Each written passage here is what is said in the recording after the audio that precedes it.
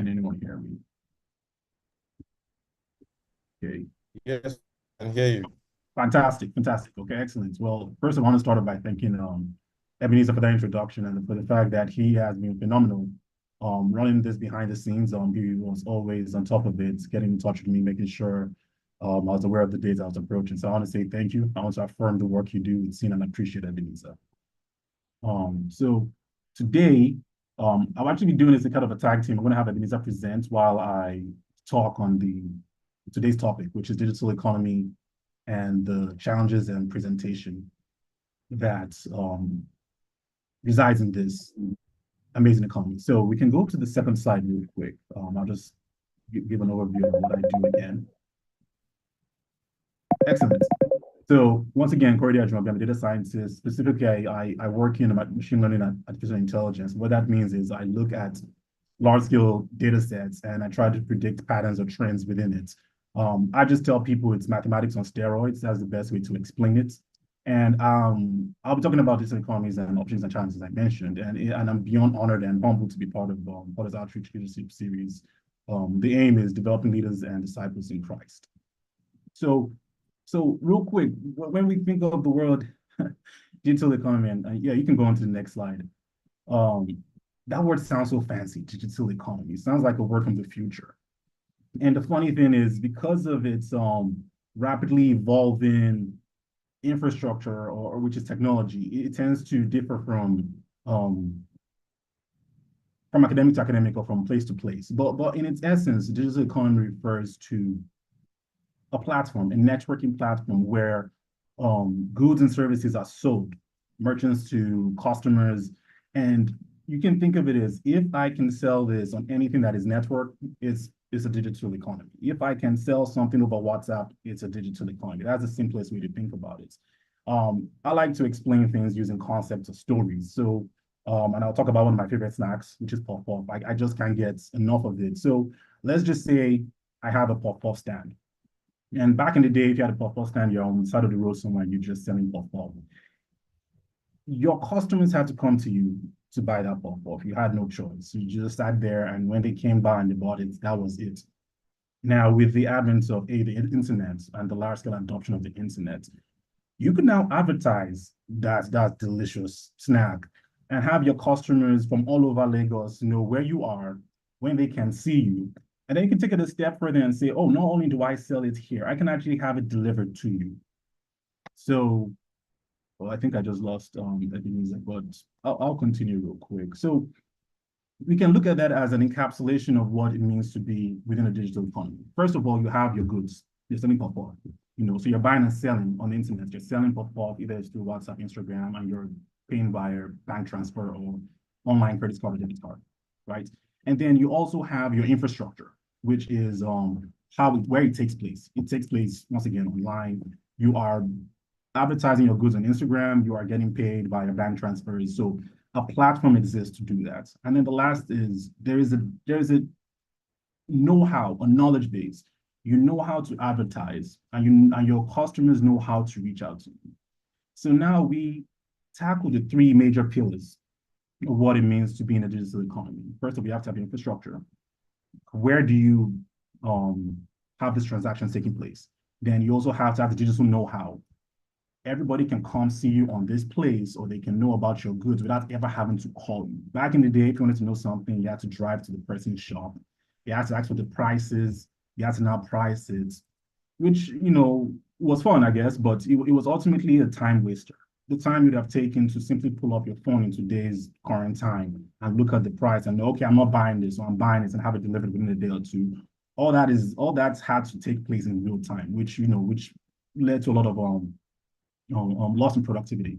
So with that in mind, I'm just going to use that chart real quick before I move on to the next slide. So we see the digital economy, and we see on the left, you see the emerging businesses, and we also see the technologies. And remember, I said that it's hard to pin down what exactly a digital economy is because the technology advances so quick. Everything that's on the right side where emerging technology is, a decade ago or 15 years ago, if you try to say any of those words in tandem, people would think you are not, they'll be worried about you. If you said, oh, I have to order this food online. It's going to be DoorDash to me or sent by Uber Eats. And I'm going to have an e-transfer and pay it. There was just no lexicon, no vocabulary for that, you know. And then within the last 10 years, that is now commonplace. Nobody will even bat an eyelid if you said that, you know. So we can now think of what will happen in the next 10 years. What will be considered obsolete on that chart and what wouldn't. And so when we come back to the fact that we think of the digital economy as just commerce that occurs over the internet, over an online platform, it makes things much easier. Now we can move to the next slide, please. And so before I delve into the opportunities and challenges, I want to talk a little bit about how we got here, how the digital economy came to be, especially in Nigeria. So for this presentation, I'm going to take a top-down approach. I'm going to look at it from the African perspective, and I'm going to come down a layer to just Nigeria and show how it has evolved. Okay, we can go to the next slide now. Fantastic. Okay, so we have the history of digital growth in Africa specifically. First of all, if we take a look at that chart, we noticed something very interesting. All through the 90s, up till around 2003, 2004, it was pretty flat. It was in the low zeros to tens, which means internet penetration was really low. And for those of us who grew up in the 90s in Nigeria, we know what that looks like, because if you had to go browse, you had to go to a cyber cafe.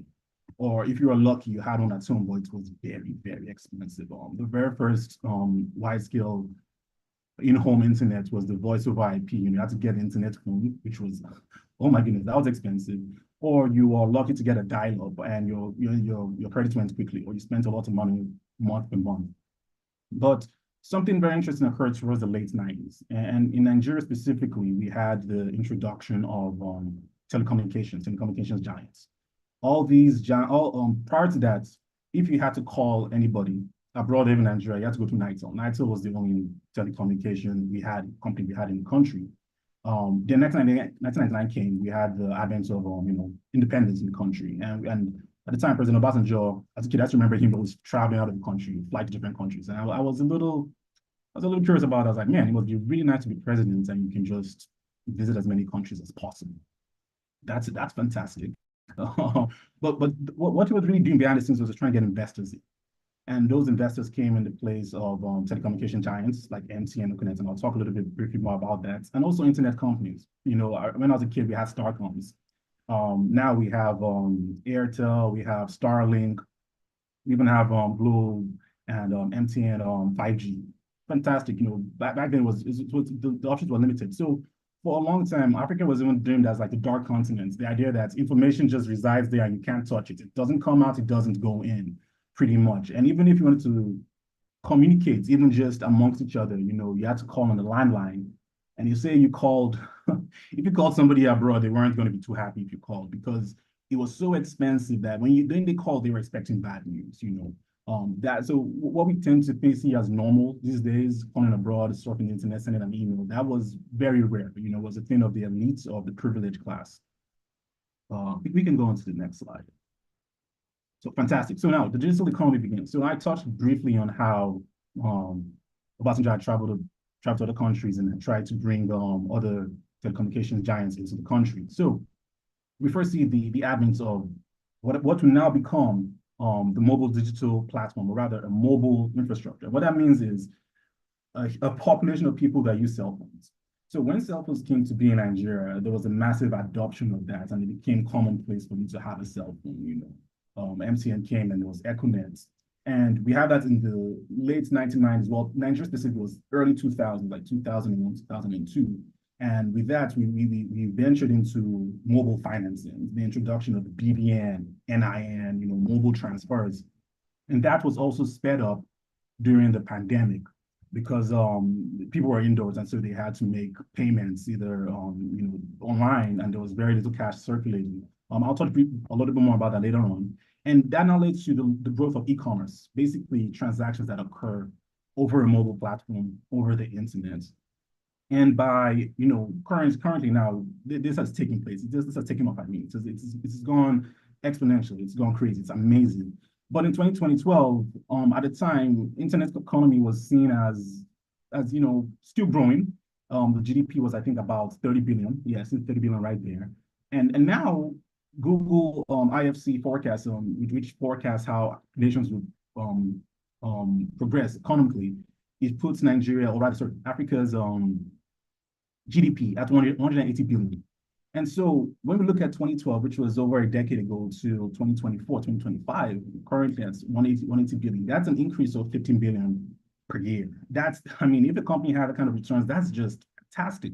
And so we see a massive growth. I assume that I refer to this as the past, as the past moving to the future. We see a massive growth of this digital economy, which is A, the infrastructure that allows us to have commerce over the internet. B, the platform that exists. So now we can use our WhatsApp, we can use our social media, Instagram, Facebook. But above all, we have the capacity and the capability to make purchases. We can use our cards online, our debit cards, our credit cards. We can just do simple transfers.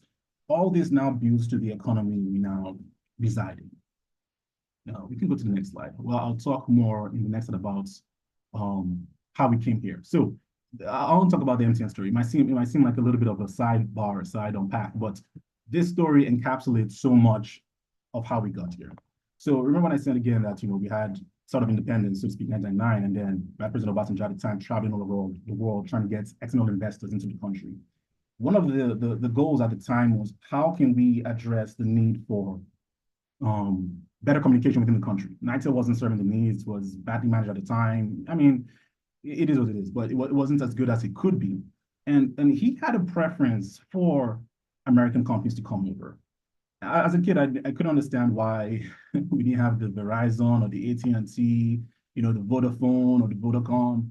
We got MTN and Econet. I'd never even heard of them when they came. So I was very curious. And so it turns like he actually reached out to them. He had gone to a number of private companies and tried to reach out to these really huge giants and said to them, hey, come over to my country and invest in it. We have a growing population, you have a customer base. And they all declined, all of them. And it was a bit embarrassing at the time because, this was almost, when you think about it, it's actually kind of a leap of faith, because they had prepared 4 licenses. They had anticipated there would be 4 companies at the very least that want to invest in Nigeria. Well, those ones turned down, but MTN and Econet, they decided to take a gamble and buy those licenses. And those licenses were cheap. They were about $250 million. And this was like in 2000. So you can imagine just how much that must have been. And so MTN comes in, Econet comes in. And at the time, their analysts had told them, and had also told us, all those American and British companies, that if you were to invest in Nigeria, you'd be lucky to get 100,000 subscribers at the end of the year. You'd be lucky to get 500,000 subscribers at the end of 5 years. They had painted an economy that, they said the average person can't afford a cell phone, they can't afford the services that will come with it. And also, for those of us who are, in quote, in the future now, we know how hilariously wrong that was. And this came from prominent organizations like, the IMF, the World Bank, very prestigious consulting companies. And what did they base this on? They based it on the data that they had available, which was NITEL. They said, okay, NITEL only services about 400,000 people, and it's been in the country for so long. Now, for those of us who live in Nigeria, we know the Nigerian factor can play a role sometimes. But they had based it on that, and they said, okay, if it's been this long in this country and hasn't grown, then any other company that comes, it won't be able to grow. So we see opportunity, potential, and infrastructure that are all lacking. But anyways, MTN comes in, does that, pays for the license, and within a year, they have 2 million subscribers. Blew the expectations out of the water. So why did I share this story? I share this story for 2 reasons. The first is potential, the potential of the African continent, and how there's this thing referred to as the informal economy, the economy that is not really tracked, but is known. And the fact that we have numbers on that side, numbers in youth. And so this story, quote, works as a microcosm of what the digital economy looks like in Africa, where there's massive potential.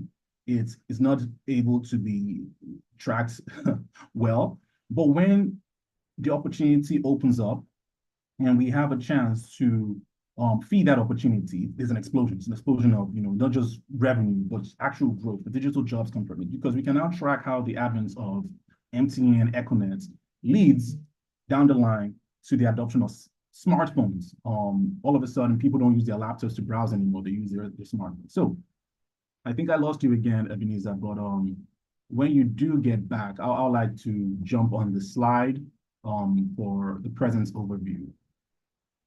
Or Actually, let me see if I can do this instead. I could try and share my screen.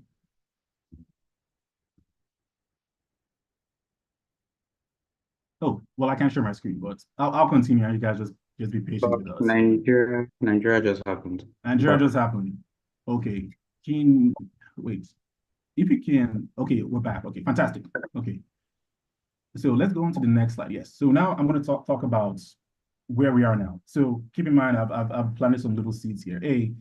How we got here, which is, the opportunity that came about from telecommunication giants and internet companies coming over to Nigeria, which now laid the platform. But we cannot talk about the present, a thriving digital economy. So let's go on to the next slide where we talk about the opportunities that comes with that. Fantastic. So right off the bat, Nigeria has one of the, and I'm going from Africa to just Nigeria specifically because I'm very biased. I'm Nigerian, but right off the bat, we noticed something interesting about the Nigerian economy. So when I talked about how MTN came to the country and Econet came, they also came with internet services. They came with internet services down the line with the introduction of 2G, 3G. Before that, we had WAP, which was wireless application protocol. That is now considered to be obsolete. So if in the early 2000s, you talked about the internet, you'd have mentioned that as part of the digital economy. Now it's gone. And that's why I talk about the digital economy evolving quickly. And so if you try to pin it down to a specific technology, the definition fails. But if you talk about it occurring online or digitally on digital platforms, fantastic.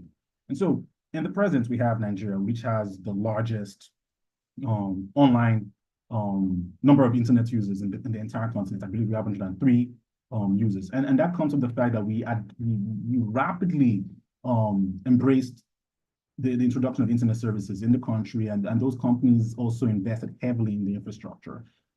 With that led to the growth of startups. And I'll talk about that later on down the line. And moving down this timeline, we have the COVID pandemic, which I mentioned, which sped up the widespread adoption of mobile banking, of e-commerce, of selling goods over the internet. And we also have a very, very, very young population, which is jarring when you notice it. So because when I come back and forth between the country, one of the things I was always intrigued about was how young people looked. And I'll just give it as a little assignment. Next time you're driving, just look around, or when you're just walking down the street, and try and count how many people. Let's just say refer to young people as 20 and below, or let's just go, okay, 30 and below, just to be safe, so someone doesn't fight me. But 30 and below. And if you were to start just counting, after a while, you start to notice that, wow, there are a lot of young people in this country. There are many reasons for that. That could be a different conversation entirely. But it means we have a very young population of, I believe the median is about 18.6, so 19 years. So which means the vast majority of the population revolves around between 18 and 19. That's fantastic. What does that mean? It means young people who are way more innovative, way more intuitive. And this has happened to all of us, no matter what age we are right now, wherein we had parents who would say, hey, come over here and fix the TV for me, or come over here and work on this laptop for me.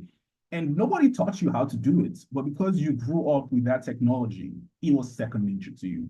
So I put that there as a bullet point to show why Nigeria has a bit of a distinct advantage over other countries.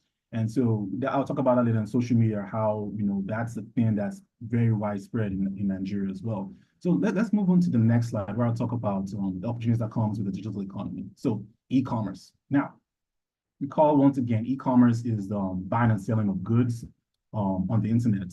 So if you want to think of e-commerce in simple terms, I like to explain concepts using stories. So bear with me here. So remember I talked about the buying and selling of pop-up. So now let's just imagine we're in a village somewhere. And this village is just amazing market. Everybody goes there to buy and sell and shop. Fantastic time. But the shop closes at 10 p.m. And if you aren't there early, well, I mean, I guess you have to come the next day. And so there's a brilliant kid. A brilliant kid notices this and says, "Ah, man, I really wish I could just buy anything I want." And let's just say I'm going to call this brilliant kid. For some reason, I'm going to call him Korede. I don't know why, but I'll call him Korede. This kid is so brilliant. So his name is Korede.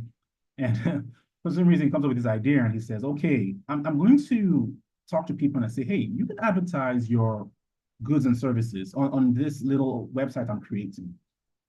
And people won't have to stop buying from you after 10 p.m. And it says, because in the markets, if you get there early, you get the best goods. If you get there late, it's gone. You can always have your goods available to everybody. And so Korede, the smart kid, launches the app, and now all of a sudden people can browse, buy, they can even pay online. And so that's e-commerce in a nutshell, wherein we move from the physical to the digital. No longer do we have to be in a physical place. I have to drive over to you. I have to price it. I have to put it in my car. Oh, no, you can buy it online. I can have it delivered. And so just some quick notes here. I like looking at forecasting data. This is this is really my forte. So forgive me if I'm very data heavy. But looking at where we go from here, one of the trends I found to be quite amazing was the fact that the e-commerce market is forecasted to increase by close to 60%. Between now and 2029, that's less than 5 years from now.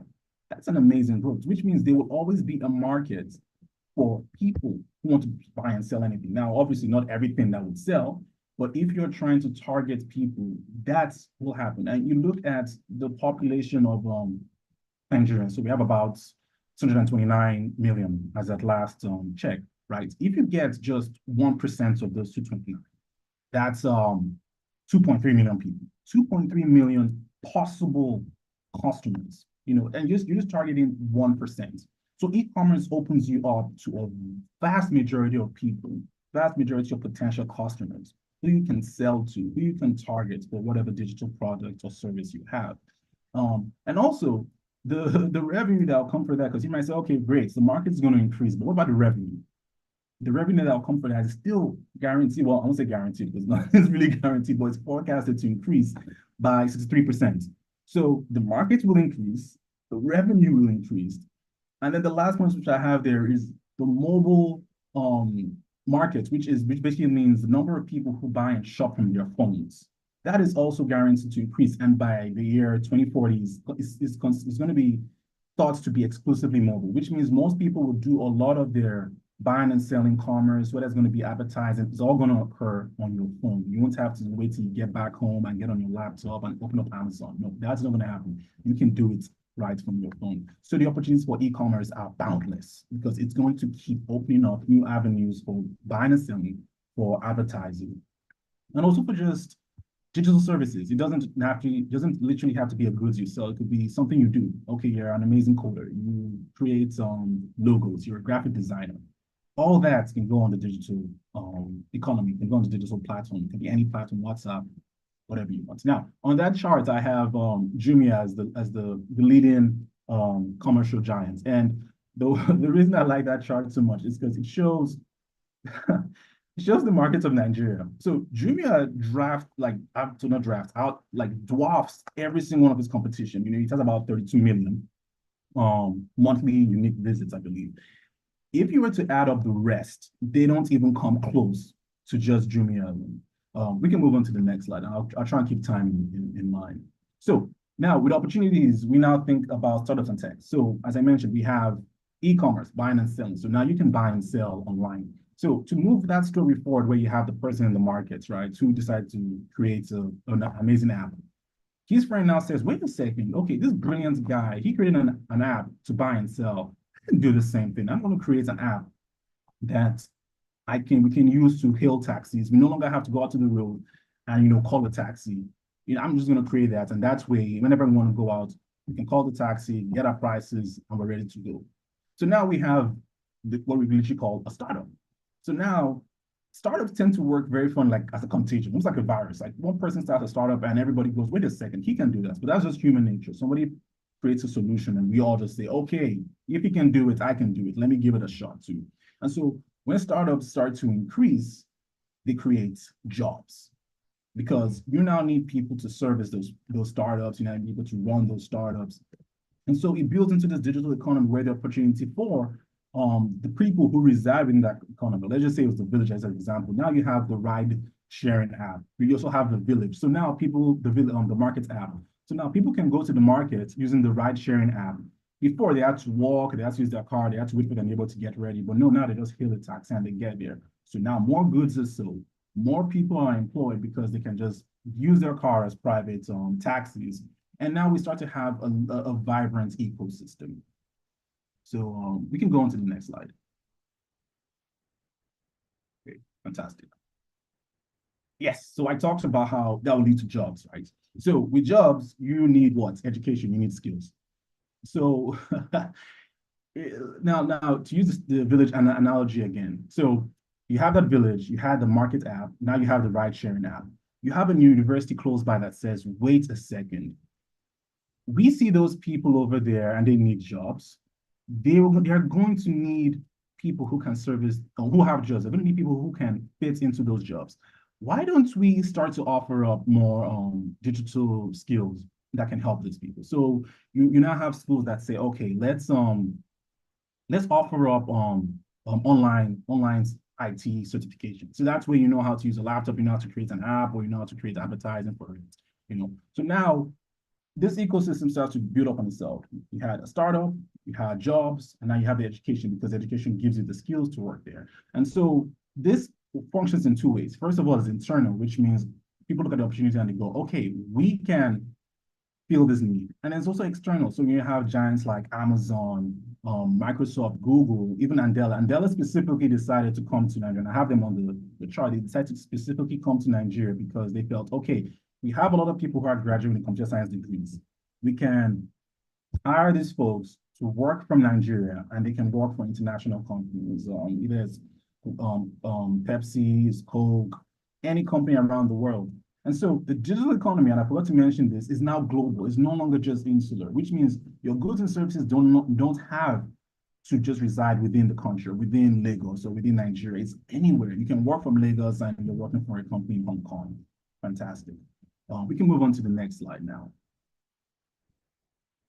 Excellent. So we have digital platforms. So building up on that, we have the startups, we have the education, we have the jobs. But where do all these occur?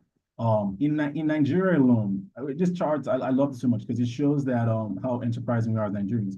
There are about 283 unique platforms, and platforms could be anything from WhatsApp, it could be anything from Instagram, basically any ecosystem that allows you to interact, to touch base with anybody who's interested in what you do is considered to be a platform. But in Nigeria, we have 83 unique platforms. And I remember looking at it and thinking, man, I don't think I can count up to 83, but it turns out there are actually 83 unique platforms that are unique just to Nigeria, where you can say, okay, here's how you can save money. So you have like, I guess it's PiggyVest, you have Carry Rides if you want to save money. You no longer have to go to the bank and say, okay, I'm going to go buy a couple of shares, fill out this form, and then they issue the shares. Now you can just have everything on your app. So this ties back into the digital economy. And so not only that, your platforms now give you an added advantage because you can buy and sell on it. You can literally have all the transactions done. One of the amazing things I like so much is finding new businesses, and they'll give me their WhatsApp number and I can look at their catalog. And I'll look at it, and if there's something I like, I'll just send the transfer to them, then they deliver it to me. And I remember thinking, man, as a kid, this looks like something from the future. This is just amazing. And also, I touched briefly on the informal economy, like what led to MTN and Econet getting interested in the Nigerian economy. The informal economy still exists in Nigeria. Now, it really takes place a lot on social media, which is much more trackable. And it's referred to as informal because it's not used as a metric for tracking how economies move, but it's a very huge determinant. So in today's modern era, if you're watching a simple skit on Instagram, after a while, you notice the people you follow, they'll advertise a product. So people no longer have to go to TV stations and pay exorbitant fees. They just go to an influencer somewhere and they'll say, hey, talk about this thing. Or they'll go to some famous actor or some famous actress or media personality, and that occurs there. And so now we see a shift from the traditional to the digital space, where at any point in time, whoever you want to advertise to, all time to see it, so they don't have to be on DSTV. And then we can move on to the next slide now. I'll talk more about the social media. Excellent. Yeah. So one ecosystem is how what I thought was normal everywhere else is what I thought was commonplace everywhere else is not commonplace in Nigeria. So WhatsApp by and far is the largest social media platform in Nigeria. And I love it because Every time I'm in the country, I suddenly remember that, okay, WhatsApp is not just for, I ever saw a catalog in the WhatsApp business account was in Nigeria. I'd never seen that wherever I was. And all I used was keep in touch with my friends and family. But I get here and somebody can give me the number and say, oh no, contact me on WhatsApp. And now it's now part of what I think of in terms of business, and not just for something keeping in touch. It has now expanded my idea of what it means to network. And so in the States, for example, all my friends, like I'll tell them, hey, give me a call here, and they will call me instead on my phone. And I'll tell them, no, you can just call me on WhatsApp instead. But in Nigeria, if I called somebody, which I once did, and my friend said, you must have a lot of money. Like you could just call me on WhatsApp. So basically, we have adopted a platform that the rest of the world, I'll say the Europe and the Americas, they don't use it as much, but Asia and Africa, WhatsApp is key. You use that for everything, for interacting with people, for selling for advertising, whatever you want to do, the goods and services. So we have taken advantage of a platform that other places have used just for keeping in touch. And we say, no, we're going to go a step further than that. Or we can keep in touch, all right, but we can also give you what you want on this very same platform. We're going to show you what we want to sell to you. And so when I found that chart, it made me laugh so hard. I was like, okay, I definitely have to put that in there because every single time I use WhatsApp, it just makes me smile. It just shows how enterprising as an Nigerian. So opportunities, social media, WhatsApp, Facebook, Instagram are now new avenues for getting in touch with a potential global clientele. And I know I use Nigeria a lot, but this advertising can go anywhere. I love going on Instagram sometimes and I'll see somebody who sells, Asho, okay, or they'll sell like agbadas, whatever it is. Like try materials. And you look at the customer base, and a lot of them are the diaspora, which means they're based here in Nigeria, but they will ship it abroad, they'll send it by freight. Fantastic. The digital economy is not just limited to where you are. It could be anywhere in the world. Whoever wants to pay for it can pay for it. And let's go to the next slide where we talk about the challenges. So with challenges, with opportunities, there are always challenges, or rather, with challenges, the opportunities. Opportunities and challenges tend to be the same side, or two sides of the same coin, which is a good way of looking at things. So when challenges come your way, you can always think of it. Okay, what is the season for growing here? How can I embrace this? It's a paradigm shift I've been trying to adopt a lot more recently. So we can move on to the next slide where I talk a little bit more about cybersecurity. So you remember how I mentioned we have a rapid user base that is now online. Nigeria has 103 million people who are always online. With that comes transactions that occur in the digital. It also comes the cross-exchange of very sensitive information. That could be anything from, okay, you want to apply for passports and you have to upload your documents here, or you want to apply for your HMO, whatever it is, there's now an increasing amount of that. No longer do you have to fill out a paper somewhere and you give it to somebody in the office. And if anything went wrong, okay, it was just in that office and maybe somebody might copy, whatever. I mean, hopefully that never happens. But in Nigeria, where things are now digital, if the merchants or whatever it is that's in charge of whatever you're doing, whatever transaction it is, whether applying for something or paying for something, if they aren't secure, there is a danger, and this has occurred a number of times, of having vital information leaked out. And so one of the issues that emerging economies run into is because they expanded so fast, they either had to focus more on just scaling out how many customers we can meet or how many people we can service before they went a step forward and saying, okay, how can we fortify it? And with that lack of fortification comes opportunity for hackers, for bad agents, bad players to come in and say, oh, this is vital information that has been locked out. And the Nigerian factor also plays in where we have corruption and it's okay, we'll just pray about it. So, you have bureaucracy. I didn't know how bureaucratic my people could be until I've been back longer. But you go to 4 or 5 different people just to have the same thing done. And as a result, it leaves a lot of sensitive information very, very vulnerable. For example, in Plateau State, the Plateau State Health it was commission. They had about 37,000 records of their indigents, health records, digital IDs, passport photos. I mean, this is a treasure trove of very, very confidential information. And their AWS buckets, the Amazon Web Service buckets, basically where all these things were saved, was open, which means if you found that specific website, and you were anybody who has simple digital know-how could access it. So you could download a lot of that information. And it was about 45 gigs worth of sensitive data. Anyways, the Plateau State Health Commission or schema is contacted, and it takes them about 2 months to lock it down. And when it gets locked down, what do they say? The thing was missing and nobody touched it. But you can't really guarantee that, can't you? Can you? And so that's one of the issues that comes with digital economies, especially in developing countries, so to speak, wherein cybersecurity becomes a huge, huge issue. Thank you. You can go to the next slide. And next up is the digital divide. Now, the digital divide, simply speaking, is just the difference between the haves and the have-not. In this chart I have, I specifically chose it because it shows the number of internet users by country. And now, remember I said Nigeria has 103 million internet users, right?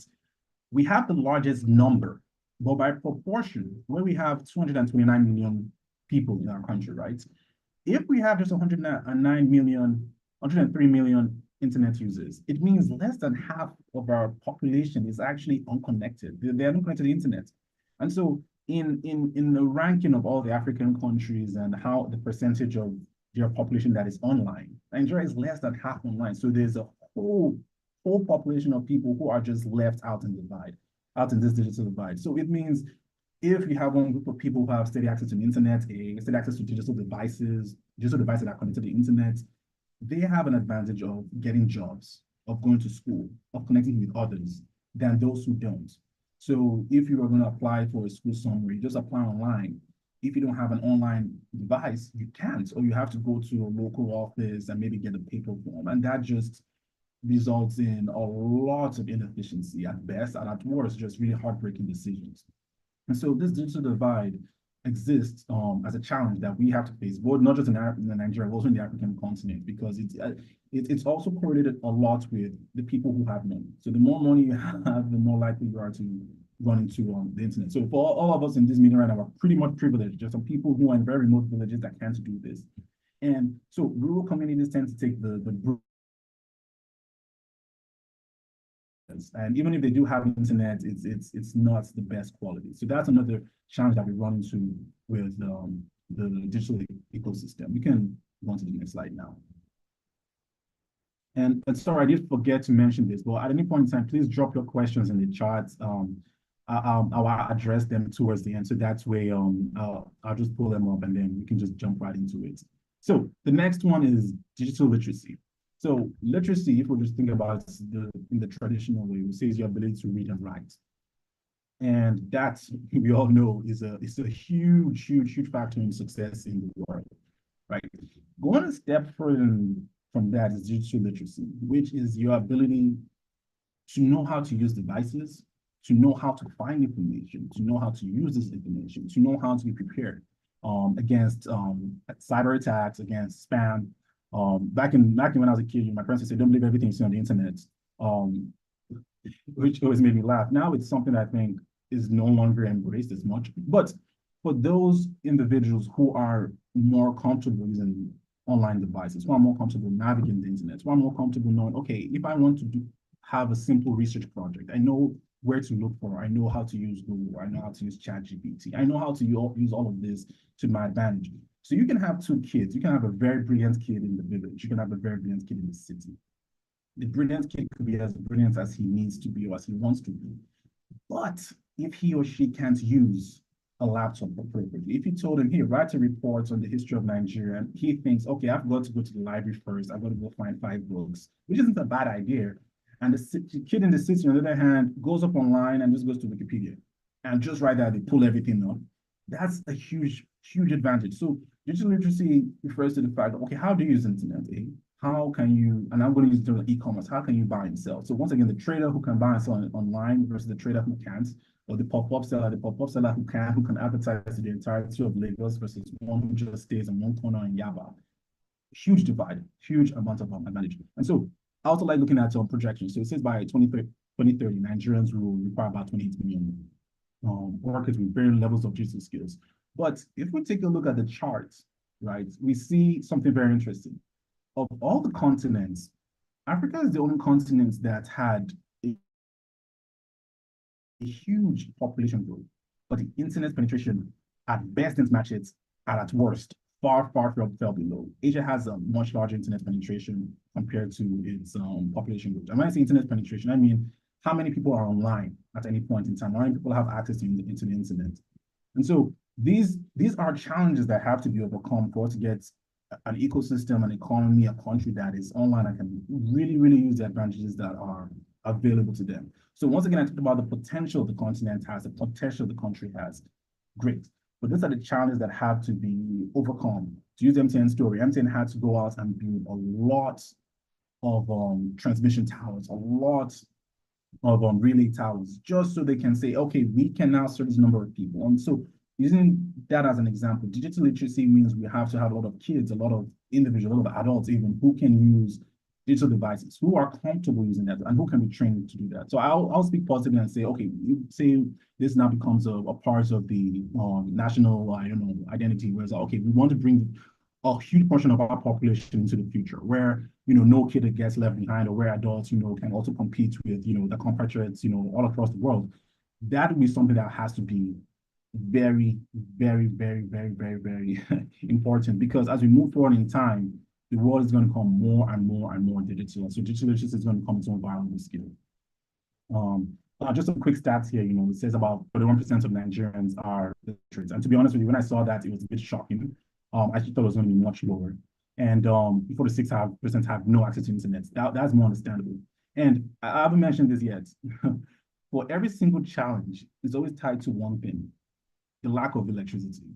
So even if you have digital devices, even if you have your laptops, your phone, it doesn't matter if you don't have electricity. There was a very famous project that occurred in the early 2000s. It's called One Laptop Per Child Project. And it was supposed to target like a lot of African countries. And when when this project was launched, there were a lot of people who said, hey, look, I don't think you understand the African continent, because you're going to give a bunch of kids in rural areas laptops. How are they going to charge it? But they just sped through it and they did it. I mean, they meant well, but it didn't end well, because what happened is those laptops were given out. It was hard to update the laptops, first of all. Second of all, there's just no electricity to charge it. So after a while, it just became just paperweights, just fancy looking toys that were just thrown out of the way. And so every single challenge that occurs here, until that online factor it's an online, the electricity factor is addressed, it's going to just contribute to every single challenge. I didn't put it as its own challenge because it's just a recurring theme for all of them. And we can move on to the next slide, where I talk about where Nigeria ranks in terms of digital literacy. So this was a 34-country survey, and we're looking at where Nigeria fell in terms of the digital literacy index. And so it looked at it in terms of, okay, how many Nigerians have access to a phone or the internet? So how many use a phone and internet regularly? How many use a phone or the internet regularly? And how many don't have access to a phone or the internet, or don't use it? And so we see the average at somewhere around the halfway mark, where it says 34 counts average. And so Nigeria is just 2 countries ahead above that average, which means we're doing okay. We could do better. And so when we look at that, it says 37% of the nation uses a phone and the internet regularly. 57%, I believe, 52% uses a phone or the internet, one or the other. And 11% don't use either. 11% of the country's 25 million people. 25 million people don't use a phone and they don't use the internet. So the advantages that are afforded to them are very limited. So in order to address, and I've talked a lot about this, reliable access to electricity is going to be one way to address this. And the citizens are going to have access to not just on digital platforms, but ways that they can learn on the digital platforms. And let's go on to the next slide. Fantastic. Oh, e-commerce, my favorite. So e-commerce, as much as it has unlocked so many opportunities, the problem we run into is you can have, if you say you were to select just 1% of the population, as I mentioned before, so that's 2.3 million people. Those 2.3 million people, potential customers, they have to have access to internet in order for you to sell your goods and services. 2.3 million people doesn't really sound bad, but we need to remember that just 45% of the nation is actually online or actually are regular internet users, which means you actually aren't looking at 229 million people and 1% of that as your customer base. You're actually looking at 1% of 109 million people, which is just 1 million. So all of a sudden, it just halves the number of people you can actually regularly interact with. And let's just say those 1 million people, you are the only market. So you're lucky. Those 1 million people, they just come to you alone. But if you have competition, now all of a sudden that 1 million is going to jump down to 100,000, maybe 500,000 if you're very, very lucky. But it's going to be more like 100,000 if there are 10 competitors, more or less. So for e-commerce, the first one is the lack of internet access. Obviously electricity once again, but I'm not going to repeat that again because that's just part of the problem at this point. Also fortifying physical and digital infrastructure. So you may say, okay, I can deliver to this 1 million people. But are the roads good enough? Can you get your product from point A to point B without it being stolen? Cybersecurity. You are going to advertise your product on this platform. Is it secure? Is it safe? Can somebody go in there and proceed to, and if there's a price error, proceed to wipe out your entire online markets while that's occurring? Is that secure? So these are also challenges that face them. You also have the issue of electronic payments. Is somebody going to buy something and say it was never received, and then have a chargeback and try to double dip and keep the product, while they also tell the bank, like, oh, I never received, and try to get it both ways? That's something that has to be addressed. That's something that happens a lot. Then also there's also like regulatory processes. So if you do start anything, and you have to talk to the country, regulatory process. And Nigeria actually has one of the more robust data protection policies. The only problem that occurs is when it has to do with enforcing them. Things are, but we move on by God's grace. And so these are challenges that are facing e-commerce. You can buy and sell, but how many people are going to sell to? Are they online? How secure is the platform you're using? How secure are the funds that are being given to you? How secure is the trade facilities, the procedures, the regulations? Those are things that have to be addressed. So those are additional factors that other developed countries would have to worry about, that we have to worry about in Nigeria and Africa. And let's go to the next slide. Okay, fantastic. So I tried to look at how over the past 10 years e-commerce has changed in Nigeria. And I actually thought it was going to be more online. And what I mean is that more people are really more buying and selling online. And what the data actually showed, I got it from Statista, which is an amazing data repository if you're interested in. And it actually showed that even though cash is kind of slowly diminished, it's still the predominant way most people buy and sell things in the market. And so if you have people who always have to carry around cash, rather than using online services, you have a much more harder time selling the same amount of goods. Because if 1,000 people can walk in and just swipe a card and they're good, that's quick, very easy transaction, very quick transaction. But when it's cash, you have to get there, you have to count it, you have to make sure it's good. Now, in the grand scheme of things, it's not really a problem. But you look at how even just a second can slowly over time impact the number of transactions you can do, because you have to literally count it over time. And so with African countries, it's referred to as an index, the index of economic preparation, basically e-commerce preparation. Basically, how many countries are able to say we support an ecosystem that allows for instantaneous online transactions? You can buy online, you don't always have to make habits on cash. And actually, how many of those merchants are actually online and actually accept a lot of digital payments? Now, when you go to the marketplace, it's actually pretty good. You can do a transfer and you can buy your yam, your plantain, fantastic. But a lot of times it's still pretty much cash based. So it's going to take a long time before we get to the point where e-commerce is going to be very instantaneous, so we can have digital payments. And now I'll talk about infrastructure, and I do apologize for taking so much time. Infrastructure, I talked briefly about it. We have a developing, I shouldn't have used on develop. Let's say we have a developing physical and digital infrastructure, which has to do with roads, it has to do with the networks. As it is right now, one of the things I always find interesting is during the midday, if you're ever on the 4G network, the internet dips. And that's because there are more users on the network than the network can actually handle. And so, which means it now tells you that, okay, this telecommunication giant actually needs more internet relay towers in order to service the number of customers it has. So that's on the digital side. On the physical side is the roads. something as simple as just roads. Okay, you want to deliver something, you have to now factor that in. Are you going to get robbed? Are the roads even good? Are the roads even passable? And then you also have access to accessible internet. Rural areas are pretty much out of luck in that aspect. And then last of all is the digital industry, so infrastructure and regulatory practices. So I touched briefly on this when it comes to cybersecurity. So in order to have an infrastructure that is robust and is well fortified, you have to have a cybersecurity experts that go in there and say, okay, here are avenues or here are places of vulnerability that you have to touch. Here are places here's how you have to store your data. Here's how you have to store your data and make sure that even if anything happens, the users are de-identified, which means even if it does leak, somebody won't say, okay, so Emeka lives here, he does this, he does that. I'm gonna go impersonate him. Basically there should be enough steps between the person getting your data and then putting information together and say, okay, we know where he lives, we know who his friends are. I'm going to go pretend that's him and I'll text somebody and say, okay, send me this money. Because that tends to happen. I always find it interesting when I get a text and it says, okay, this person's number has been hacked, get no other calls. Yeah, that to me was terrifying, but also fascinating. So those are the challenges that we have as it refers to the digital economy. So it's infrastructure, education, accessibility, e-commerce, and digital divide. Now we can talk some more about the future.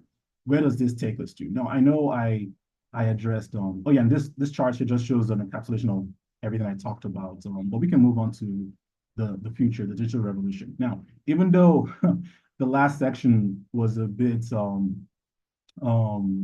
heavy, was what I used, there's still hope because I talked about the opportunities. The opportunities still stay there. The challenges are just things we should keep in mind as we move forward, as we move into the digital economy and digital ecosystem, and how we can also be good stewards within this digital ecosystem. How we can make sure our data is good. How we even and this can occur at our workplace. We don't have to take or cut corners. We also have to know how we can make sure our customers feel safe with us. And so the digital revolution is still ongoing. And I found this amazing infographic that shows that, even at the pace we're going on, even with all the challenges, we're still on pace to hit 712 billion by the year 2024. We are far outpacing Europe and Latin America, even with the challenges that we have. And internet access, as slow as it may be, it says that even just a 10% increase in mobile internet access, basically the number of people who are online, who are buying phones, who are buying smartphones specifically, just a 10% increase in that, increases the GDP of a country. So as more people get online, as more people use smartphones, and I touched briefly on this, that's where it says, because of how Nigeria and African countries, especially Nigeria, came to be, we skipped a very interesting phase that a lot of other countries go through. Some countries, they went from, and developed countries like US, they went from dial-up internet to like a quick modem and then to like fiber or LTE. Nigeria, we just kind of skipped all that. We kind of compressed the entire 80s and 90s for other countries into just one decade, the 2000s and 2010s. And what I mean by that is we went from having to say, okay, how we use internet is always going to be at home. We still did that, but now it was on our phone, with 2G and 3G. So it led to a very, very, very fast acceleration of of adaptability. We could just say, okay, we're going to buy and sell online. We don't have to go through all the steps. You don't have to go home and buy something. You can do it right on your phone. And I talked briefly on how young people drive that innovation. Young people are more likely to say, okay, I want a smartphone. I mean, if you give them a Nokia 3310, which was the most famous phone when I was a kid, that phone, you can't even browse on it. A young person today will be really upset. They'll think there's something wrong because how they stay connected is by being online, social media. And so because they have gone into that ecosystem, they lead the innovation. They know, okay, not only am I going to just be online and connect to my friends, I'm actually going to buy and sell things on here. I'm actually going to advertise what I do. I'm an engineer, I can do this for you. I'm a graphic designer, I can do this. I'm a software engineer, I can do this. I write code, I can do this. I cook, I bake. These are the things that we as older generation, we tend to, and I'm putting myself in that category, sorry, we're more resistant towards that because we didn't see the potential there. But for those who grew up with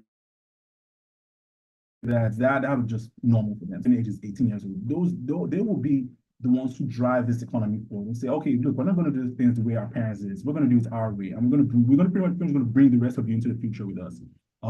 Now I'm going to move on to our conclusion real quick. And once again, I do thank you all for staying here with me as I've gone a little bit overboard. So what to keep in mind? boundless opportunities abound in Nigeria, specifically in Africa. So even though I think I spent a little too long on the challenges, think of it once again as challenges as opportunities. Those are challenges, but there are opportunities that come with it. So with these opportunities in mind, Africa is still and Nigeria is still on the path to massive greatness when it comes to the digital ecosystem. You know, our youths and even the adults and everybody's they're going to drive us forward. There's going to be opportunity for that. But in order for us to really unleash this potential, we have to address limited internet. We have to address the digital divide. We have to address digital literacy. And we also have to promote digital skills and digital education, the know-how. How do you go online? How do you shop for things? How do you buy things? How do you advertise yourself? And even we can even abstract it and go a little further, like okay, how to code, how to create an app, you know, because then your skills are international. It doesn't have to just be locked into just Nigeria. So the digital ecosystem is not just, or digital economy is not just local. It's not just Lagos. It's not just Nigeria. It's not just Africa. It's the entire world. Now the entire world becomes your customer base. But I focus on it. I focus on Nigeria and Africa because of the potential we have here. But keep in mind, it's the entire ecosystem. And so let's go to the last slide. I believe I'm going to leave you with a quote by the amazing Ngozi Okonjo-Iweala, where she talks about she's director of the World Trade Organization, and so she just talks about to give me a speech about the African ecosystem and how the digital economy is going to be revolutionary and it's going to allow for a lot of opportunities in Nigeria specifically. She just says, you know, the digital economy presents immense opportunities for growth, for innovation, development, and inclusivity. This growth is faster than growth for trading goods and even for other services. It's particularly promising in Africa and it's promising in other developing parts of the world. I want to say once again, thank you for bearing with me, and I will gladly address or take any questions you have.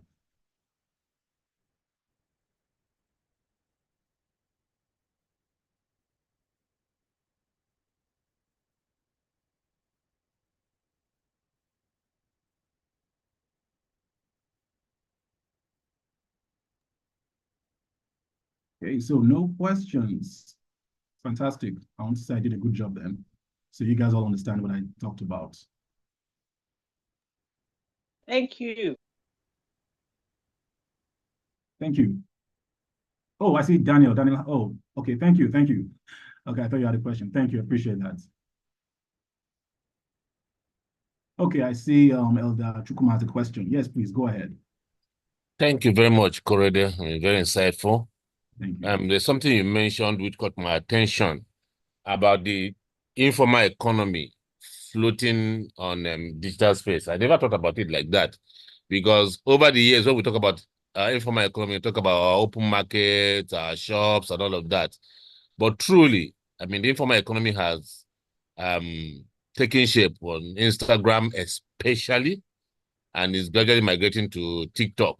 Yes. I see that these days and some other platforms like that. What my question is, I mean, I'm a regular guy who works in a bank or works in a telecom or works anywhere, you know, and have a 9-to-5 job. How do I develop skills that help me fit into the digital space? How do I develop products that I can market in this place as you know, as what do we call this now? As an extra job for extra income. What do I do? What do I require? What do I need to tap into this? I mean, I see people do a lot of it, but a lot of people who I see, like, it's a full-time job, but I don't have that luxury, you know, because I have a career to chase, or I just don't have that capital to be able to stay off my salary for now. What do I need to do to get into this digital space as a regular 9-to-5, you know, employee? Fantastic. Oh, that's that's a great question. That's a very great question. So, I'll answer it in two ways. So the first way is and this came about from like doing a lot of research on this topic, but also living experience. What I find to be very interesting about the digital economy is the fact that it's actually just it's an analog to the physical economy. Basically, everything that occurs in the traditional economy, the physical economy, digital economy just copies and says, we're going to do the same thing. So for an individual who, you know, who wants to venture into this, and they say to themselves, I would like to do this, but time and, time is a factor. That's okay. The first thing I would say is, what's the why? What's the why of digital economy? So if they are very interested in it, so, okay, they're interested in it. So, but why? They don't want to advertise their services. You want to sell goods. Are you afraid of being left out? Because if, say, for that banker, if that banker, for example, is an amazing tutor, let's just use that as an example. Their side hustle could be just, okay, I'm going to put YouTube videos out there and I'm going to just explain the subject. That's literally the digital economy. You're just teaching that would occur in a class where you say, everybody come to my class and I'll do all this. And you say, I'm going to put it online. Now, a person might say, okay, but now it's free. Well, the thing is, as your videos not get traction, the YouTube algorithm picks it up and says, okay, this person is only talking, is the only person I see in Lagos that's talking about, I don't know, microbiology. Okay, we're going to boost it because we're seeing views. And so that's what they say somebody went viral, because now all of a sudden it's like, okay, well, look, I don't have to go pay, I don't know, 100,000 or something to go some other guy. Even though your videos are free, YouTube is now paying you in dollars, in AdSense dollars. And so you're not even tied to the Naira anymore. You're getting paid in dollars. And even though, so the breakdown was like, I think it's 10 cents per dollar. So if you're getting 1,000 views, it's okay. If you're getting 1,000,000 views, that's like 100,000 in like 1 month. Like that's $10,000 in 1 month. That's amazing. In Nigeria, if you make it $10,000 in Nigeria, that's even better. And so what I would say is like, for digital economy, what I saw over a lot of my research was, you start off first with the why. Why do you want to venture into this? And then you go next to, okay, what are my skills? Okay, so I want to venture into this. I want to streamline how I do things. And it could be something as simple as, I'm tired of having to wake up each day and go through 500 pages. I want to automate it, automate all this. So I'm going to go online. I'm going to teach myself something simple, like simple Python or R or C++. And you can now use additional resources like, say, because I want to assume their banker is already in a different position. So this person has some amount of digital literacy because they work in a bank. And the person can say, okay, I don't really know code. I'm just going to use ChatGPT. I'm going to tell ChatGPT, okay, can you write me a simple code that allows me to scan my papers quickly? So I don't have to just sit there and look at it, take a picture, and then scan it. So it does that for you. So basically, you start off with first of the, why am I doing this? Then, okay, what do I want to do? Or what are the things in my life that I want to either streamline or I wish I could share with others?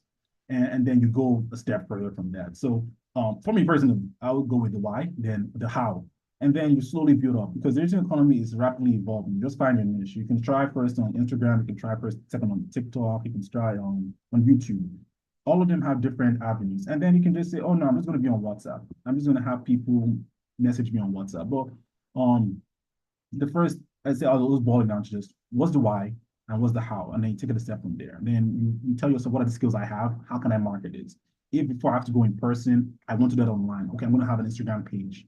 This is where I am. Okay, my friends, here's my contact. So we call that friends and family in business, friends and family investing. You always have your friends and family first. Okay, I'm starting this company. Come and see me for that. And then they'll tell their friends, and then they'll refer to others. So anything that occurs in the traditional world can also occur in the digital world, and it just scales up from there. I hope that answered the question. Thank you very much.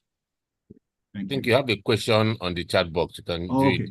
Fantastic. I see also, Brother Kwe has, thank you, Korede, a question. How can the church as a corporate body tap into these opportunities that is often training and upskilling members of the church, especially young people? Oh, wow. That is an amazing question. And I also want to say this because you guys have so much faith in me asking these amazing questions. I'm a humble person. I'm just trying my best here. But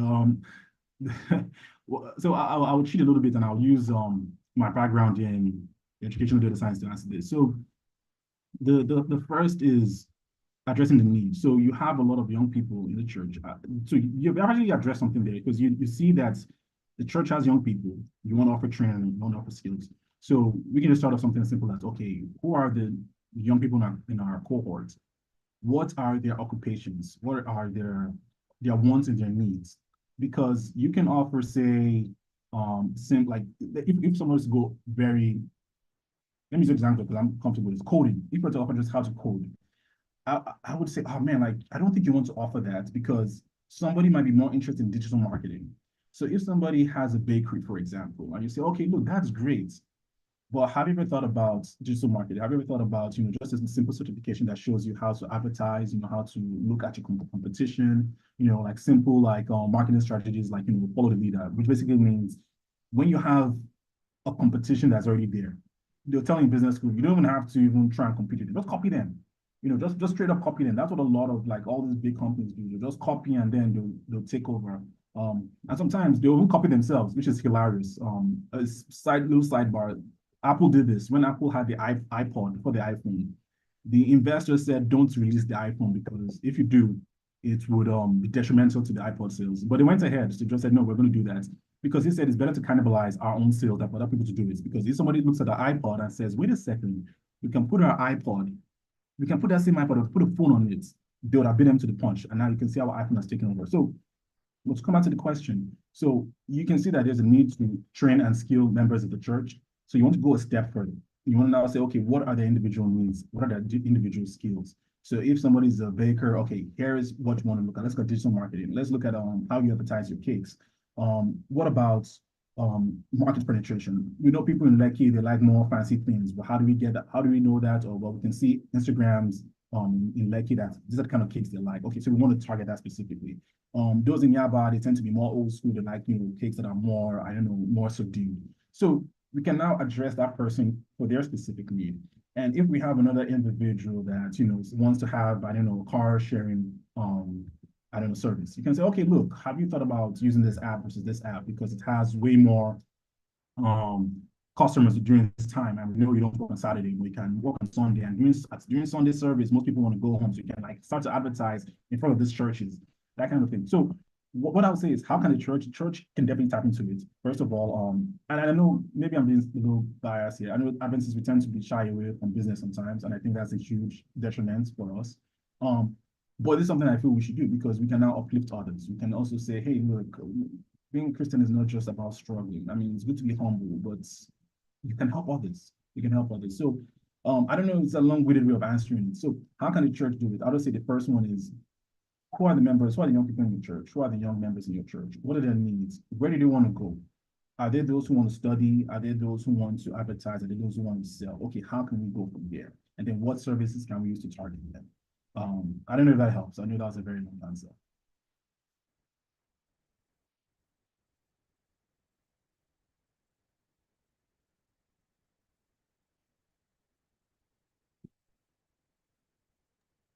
Thank you. I think. All right, Daniel, you can go ahead.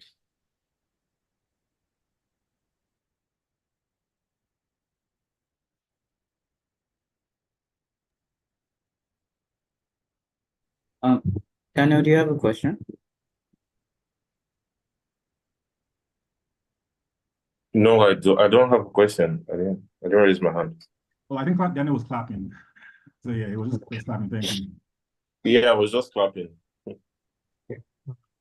Korede, great presentation. Fantastic.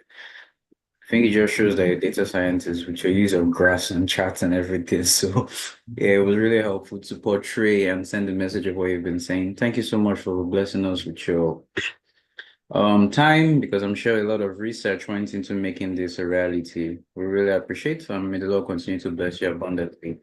Social media will continue to be a thing that will transform lives. I mean, even politicians these days, people are contesting. I mean, people are campaigning on social media, creating TikTok accounts, creating Instagram accounts just to reach to larger audience, to the younger audience. So even in our personal life, it's something we're encouraged to use. Because you never can tell who you're going to meet or who you're going to speak to. So yeah, again, thank you. May the Lord bless you abundantly. Thank you. I was going to say we should do our prayer session, but I just remember that has been moved to tomorrow.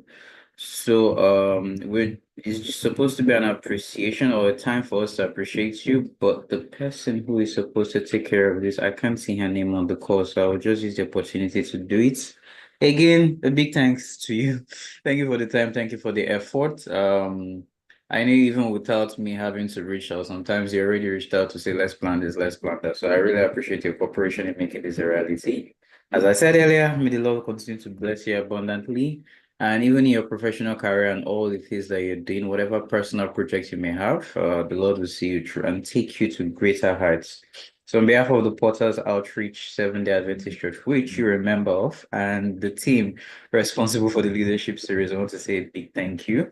And yeah, may the Lord bless you richly. So at this time, we will just request that you give us the closing prayer and we can call it today. Thank you. Let me close your eyes. Our Heavenly Father, we thank you for yet another amazing day. We thank you for keeping us safe. We thank you for the fact that we can meet, we can commune with you. We thank you for blessing us. We thank you for our friends. We thank you for family. We thank you for the knowledge you imparted in us. We thank you for bringing us into this great country. We thank you for the fact that we are the transformation, that through you are the transformation of the people that we run into, that they see us and they see you in us. And everywhere we go, we're always a blessing. We thank you, Lord, for all these things. But above all, we thank you for a successful night together where we can share knowledge. Even though I spoke, I've also learned a lot. I've also been happy to be part of the sharing process. I thank you for the many people that have been here that have made time. Life gets busy, but you guys are here, and may God bless you and bless the efforts of your hand. As we go on with the rest of our night, Lord, please be with us. Let us, for those of us who are still heading home, let us get home safe and sound. For those of us at home, may we encourage the people around us. But above all, come to you once again with a spirit of gratitude, a spirit of happiness, O Lord. May your name be glorified. In the mighty name of Jesus, I pray. Amen. Amen.